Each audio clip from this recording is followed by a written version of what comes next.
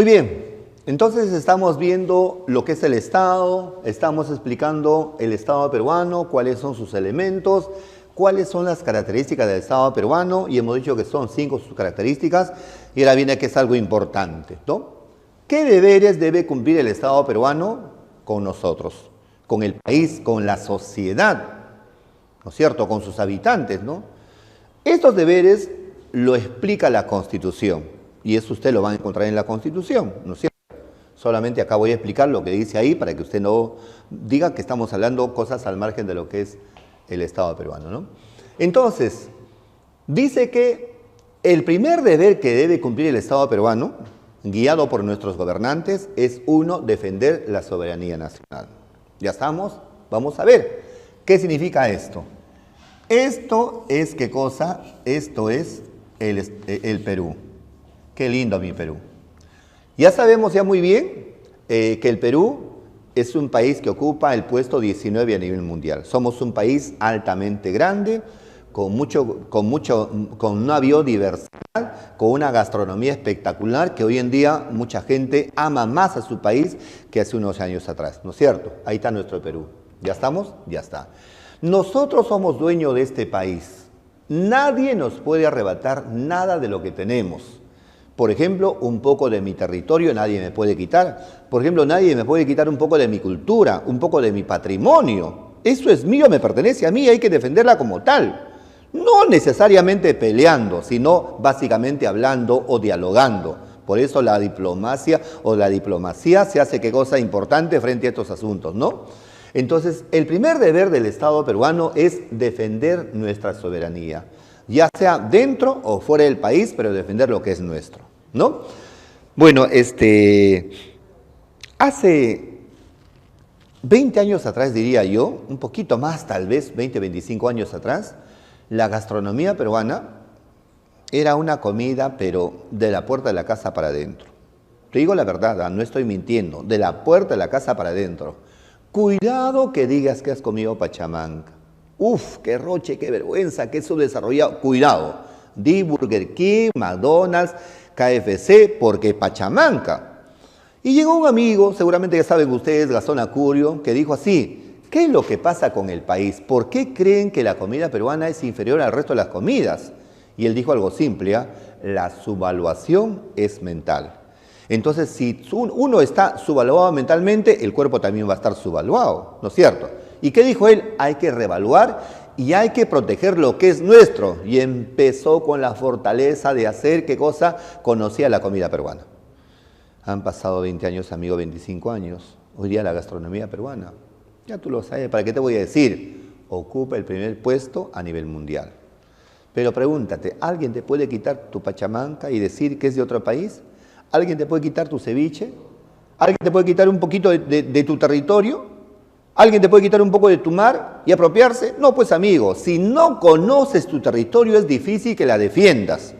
Hay que defender lo que es nuestro. Y el primero que va a defender lo que es nuestro es el gobierno, a través del Estado, ¿no? Defender nuestra soberanía. Cultura, territorio, tradición, costumbre. Amigo, estaba viendo el Mundial. Y la gente estaba su madre, miraba el partido así. Antes de que empiece el partido, la música. Cuando despiertan mis ojos y veo, amigo lindo, esa es parte de nuestra cultura, pues, por favor. ¿Cómo la vamos a perder? Una vez yo estaba mirando televisión a las 5 de la mañana cuando me levanté para editar. Y miro un canal de España y una chica sale. Bueno, voy a cantar una canción que me identifica. Y empezó a cantar La Flor de la Canela. Por favor, amigo. ¿Cómo vamos a perder esas cosas que son nuestras? El primero que tiene que defender es el gobierno, pero nosotros atrás tenemos que impulsar esa defensa. Pero solamente se defiende lo que se conoce. Si no la conoces, no la vas a defender, ¿no? Defender la soberanía. Para eso usamos nuestras fuerzas armadas, nuestros diplomáticos, nuestras fuerzas policiales, bueno, en fin. 2, garantizar los derechos humanos. Ya hemos hablado en la primera sesión que los derechos humanos en el mundo entero se dictan en 1948. Y en la Constitución peruana están los derechos de las personas en el artículo 1 al 3 de la Constitución. El peruano y el habitante que está dentro de este país tiene múltiples derechos. Esos derechos no se pueden violentar. Una base de la Constitución es ¿qué cosa? Es que se deben reconocer los derechos de las personas y ninguna autoridad puede violentar esos derechos, a menos que se esté actuando en contra de la ley. Por lo tanto, si alguien está violentando tus derechos, el Estado peruano está ¿qué? Para garantizar y protegerlas. Correcto, este es el segundo deber del Estado peruano, defender los derechos humanos, ya sea dentro o fuera del país. ¿Estamos? Estimado jovencito, ¿has visto hace un par de semanas un policía de Estados Unidos ha matado, ¿qué cosa? A un habitante de raza negra?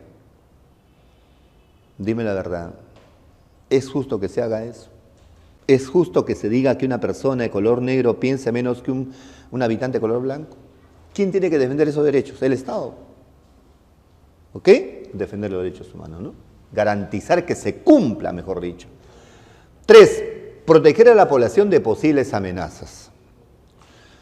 La población que vive en un país puede tener muchas amenazas y pueden ser amenazas internas o amenazas externas también. Por ejemplo, ¿qué pasaría si ahorita un país nos declara la guerra? De existir guerra, entonces el Estado peruano nos tiene que defender. Correcto. Hace 20, 25 años atrás o 30 años atrás, con fuerza se presentó el terrorismo en nuestro país. Y habían dos grupos terroristas que degradaban la vida de los peruanos, de los habitantes. Ahí estaba Sendero Luminoso, ahí estaba el Movimiento Regional de Tupac Amaru. Correcto. ¿Quién debe defendernos frente a esas amenazas? El Estado a través del gobierno. Correcto. Por eso dice así, proteger a la población de posibles amenazas. Pero no solamente por causa de terrorismo, sino tampoco por causa de guerra, ¿no? Que ahorita tenemos este problema de la pandemia. Es una tremenda amenaza que viene contra la sociedad. Y nos puede exterminar y podemos quedar ahí. ¿Quién nos defiende? El Estado peruano. Y estás viendo cómo el Estado a través del gobierno está impulsando cualquier tipo de acción para que nos defienda frente a esa amenaza. Obvio, ¿no? Cualquier amenaza el Estado peruano tiene que defendernos, ¿no? La cuarta, promover el bienestar que goza general. Esto es muy importante. A esto se le llama también como economía del bienestar. ¿Qué significa esto, estimado amigo? ¿Qué significa esto? Más o menos significa así. Déjeme hacer un pedacito de dibujito acá para que lo entienda. Miren, si a usted le preguntan, ¿de quién depende el crecimiento económico de nuestro país? Depende del gobernante, que representa al Estado peruano. En este caso, el presidente de la República es el jefe supremo del Estado peruano. ¿Estamos de acuerdo? Ahí está. El crecimiento económico. También busca el desarrollo económico. Correcto. Pero solamente estas cosas, si llegan a la población, la gente se siente bien. Por ejemplo, si ahorita el país crece y ese crecimiento no llega hacia mí, entonces yo me pregunto, ¿para qué sirve que el país crezca? No tiene sentido, ¿no? El país crece el 10% del PBI, ¡ay, qué bonito, aplausos! Pero ese crecimiento no llega hacia mí, pues, o sea, yo no lo siento. ¿Dónde está ese crecimiento? Entonces una alumna me preguntó así, profesor, disculpe, ¿y cómo debe llegar ese crecimiento a nosotros? ¿Con aumento de salarios? Tal vez, aunque no necesariamente, ¿ah?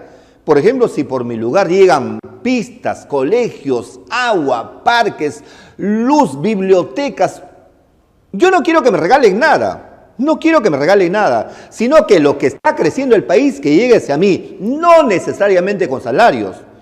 Puede llegar, por ejemplo, con un buen parque, una buena pista, un buen semáforo, ¿no es cierto? Un buen colegio, un buen hospital. ¿Cómo es posible que se vea que en el país haya crecimiento y los hospitales sin camas, los hospitales sin medicinas, los colegios destrozados?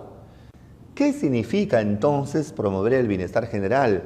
Que cuando el país crezca, eso te llegue a ti, como sea te llegue a ti. Por eso dice que el crecimiento y el desarrollo se expresan mediante la acción del Estado. Es decir, cómo el Estado genera riquezas y cómo hace para que llegue hacia tus manos esa riqueza, ¿no? Es promover el bienestar general. Esos son los 4 deberes del Estado. ¿Estamos de acuerdo? Ya está.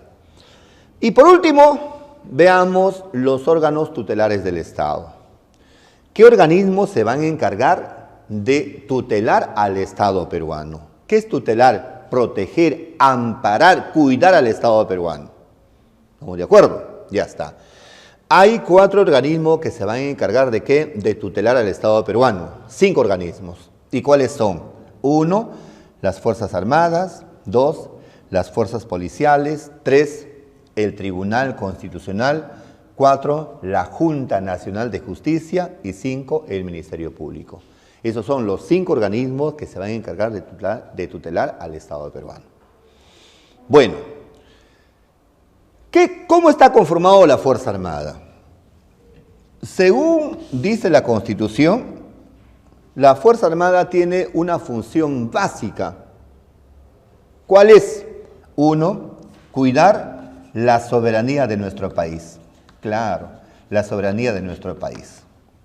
Entonces, si nosotros vamos a cuidar la soberanía de nuestro país, lo vamos a cuidar por el aire, por el suelo y por el mar. Por eso las Fuerzas Armadas están constituidos por 3 grandes instituciones. ¿Y cuáles son? El Ejército, la FAB y la Marina. ¿Correcto? ¿No es cierto? Ya. Esas 3 instituciones forman las famosas Fuerzas Armadas. ¿Estamos de acuerdo? Y de las 3 se eligen a uno que lo represente. Y a esa persona, ¿cómo se le llama? El presidente del Comando Conjunto de las Fuerzas Armadas. ¿Estamos de acuerdo? Muy bien, las Fuerzas Armadas, ¿ya? Por eso, estimado amigo, ¿dónde tú vas a ver a un miembro de la Fuerza Armada? A ver, ¿lo ves acá en la esquina parado? ¿Lo ves acá a la vuelta cuidándonos? No, ellos van a estar básicamente ¿dónde? En las fronteras de nuestro país. O sea, van a estar, ¿qué cosa? Parados acá, cuidando, ¿qué cosa? Nuestra soberanía. Si por si acaso el presidente decide que las Fuerzas Armadas asuman el control interno, lo pueden hacer, pero solamente vía autorización del presidente de la República. Como estamos viendo ahora, mira, en esta pandemia. Tú has visto que por acá está el Ejército, por allá está la Marina, están dentro del país, pero solamente cuando el presidente que osa lo autoriza. Esa es la función de las Fuerzas Armadas, ¿no? ¿Cuál es la diferencia entre Fuerza Armada y Fuerza Policial? Bonito, ¿no? La Fuerza Policial se encarga de cuidar a 2 instituciones, solamente 2. ¿Quiénes son? 1, a las personas naturales, o sea, es decir, van a cuidar a los habitantes que están dentro de este país. Yo por acá puedo caminar a las 3 de la mañana, a las 4 de la mañana, no pasa nada, ¿no? Alguien tiene que cuidarme, y ese alguien se llama, ¿qué cosa? La policía, ¿correcto? Él tiene que cuidarme a mí, la policía. Entonces, ¿cuida qué? Cuida al ciudadano, ¿ok? Y 2, también se encarga ¿de qué? De amparar y proteger las empresas, pero básicamente públicas. Tú te vas ahorita a un colegio del Estado, ahí hay un policía cuidando. Y si no hay, debe haber. ¿Tú has visto, por ejemplo, aquí en el banco de crédito para un policía? No. Y si está ahí, es porque están pidiendo exclusivamente y están pidiendo autorización para que venga un policía a reforzar, ¿qué cosa? Mi institución. Pero no es función de una Policía Nacional cuidar, ¿qué cosa? Una empresa privada. No es función. ¿Estamos de acuerdo? Entonces, ¿qué cosa cuida? Cuida a las personas dentro del país y a las instituciones, pero que sean básicamente, ¿qué cosa? Públicas. ¿No es cierto? Ya está. El otro órgano tutelar del Estado se llama el Tribunal Constitucional. ¿No es cierto? El Tribunal Constitucional.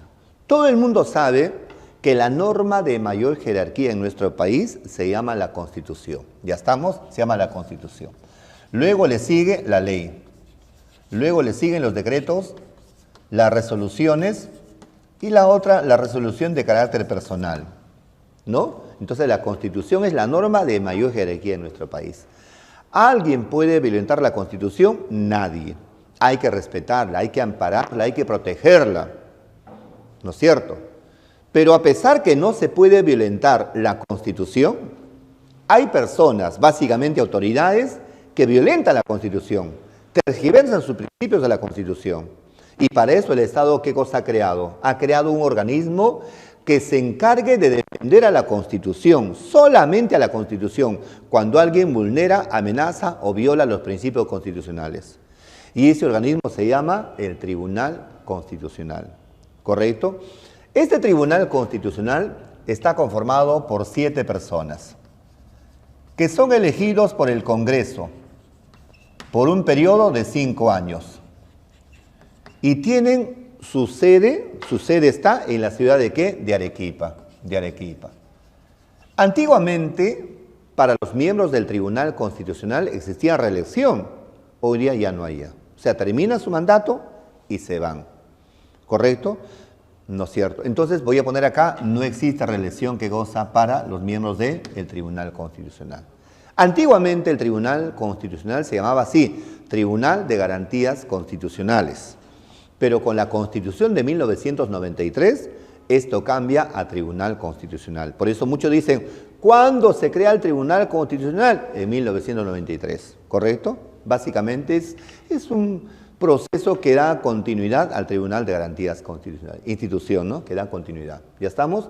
Eso es el Tribunal Constitucional. Es otro organismo, ¿no es cierto?, tutelar del Estado peruano. El tribunal cumple una función muy importante, respetar, defender y proteger ¿qué cosa? La Constitución. Por si acaso un dato, el Tribunal Constitucional no castiga, no castiga, solamente te dice que lo que estás haciendo está mal, ¿no es cierto? Nada más. Y puede informar al Poder Judicial para que ya empiece un proceso judicial, ¿no es cierto?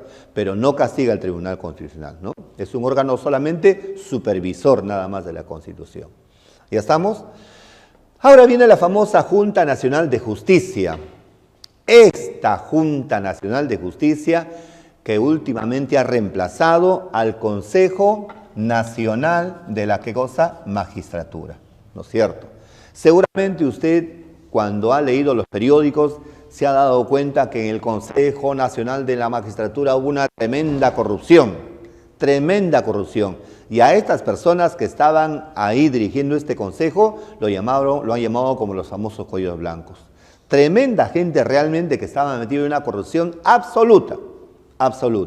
Entonces llegó el presidente y dijo así, ¿sabe qué? Me parece que el Consejo Nacional de la Magistratura no va más. Y ¡pum!, lo disolvió. ¿No es cierto?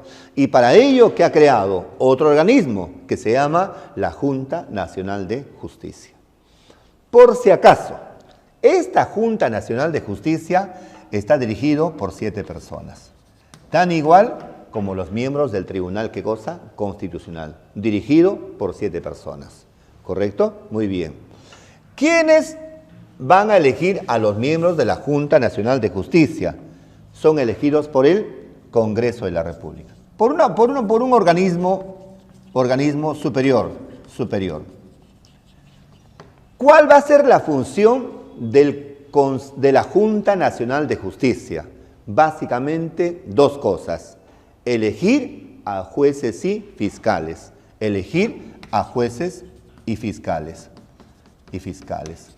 Y ratificar a estos jueces y fiscales cada 7 años. O sea, ¿qué significa esto? Que un juez o fiscal asume el cargo y ahora lógicamente es juez y fiscal. Pero te dicen así, cada 7 años yo a usted le voy a tomar un examen. Si en ese examen usted me desaprueba, sale la fiscalía o sale el juzgado. Si aprueba, continúa ¿qué cosa? Con su cargo. Entonces la función de la Junta Nacional de Justicia, ¿cuál es? Nombrar a jueces y fiscales y ratificar a estos jueces cada 7 años, ¿no es cierto? Por lo tanto, un juez y un fiscal no llegan por llegar ¿qué cosa? A ocupar esos cargos. Cargos de carrera que han llegado por un examen. Y ese examen ha sido tomado ¿qué cosa? Por la Junta Nacional de Justicia, ¿no? Y lógicamente la Junta Nacional de Justicia, por parte del Poder Judicial, tiene una academia que le pertenece al Poder Judicial que se llama la Academia de la Magistratura, que va a ser el lugar donde la gente se prepara para postular ¿qué cosa? A ocupar un cargo de juez o fiscal. ¿Estamos de acuerdo? Ahí está la famosa Junta Nacional de Justicia. Y el Ministerio Público, ¿no es cierto?, que es el otro organismo de los 5 organismos tutelares del Estado, ¿no? Bueno, el Ministerio Público, ¿qué es? Es una casita, sí, una casita, ¿no? Donde dice Ministerio Público. Pero ¿cuál es su importancia de este Ministerio Público? Que a la cabeza de este Ministerio Público está un señor que se llama el fiscal. ¿Cataste? Por eso decir Fiscalía y Ministerio Público va por ahí. Va por ahí, ¿no? Pues yo, por ejemplo, digo, este es el Poder Ejecutivo, ya está por Ejecutivo. ¿Y a la cabeza quién está? El Presidente de la República. Más o menos así estoy diciendo, ¿no? Este es el Ministerio Público y a la cabeza quién está? El fiscal. ¿Cuál es la función del fiscal? ¿Qué cosa busca el fiscal? La función del fiscal es conducir un proceso judicial. En palabras simples, que se cumpla la legalidad, que se cumpla la ley, ya sea que se cumpla por la persona que está siguiendo un proceso judicial, por el juez y por todos los peruanos. O sea, esa es la función que goza del Ministerio Público, que la ley se cumpla. Por eso el Ministerio Público representa a las personas y a la sociedad en un proceso judicial, ¿no es cierto? El fiscal de la Nación, ¿cómo es elegido? Es elegido por la Junta de Fiscales Supremos o Superiores y es elegido por un periodo de ¿qué? De 3 años. Si por si acaso este fiscal quiere ser ratificado en su cargo, se puede presentar a una reelección, pero en la reelección solamente ya dura ¿cuánto? Dura solamente 2 años. En total, máximo se puede quedar 5 años. Eso es qué cosa el famoso Ministerio Público.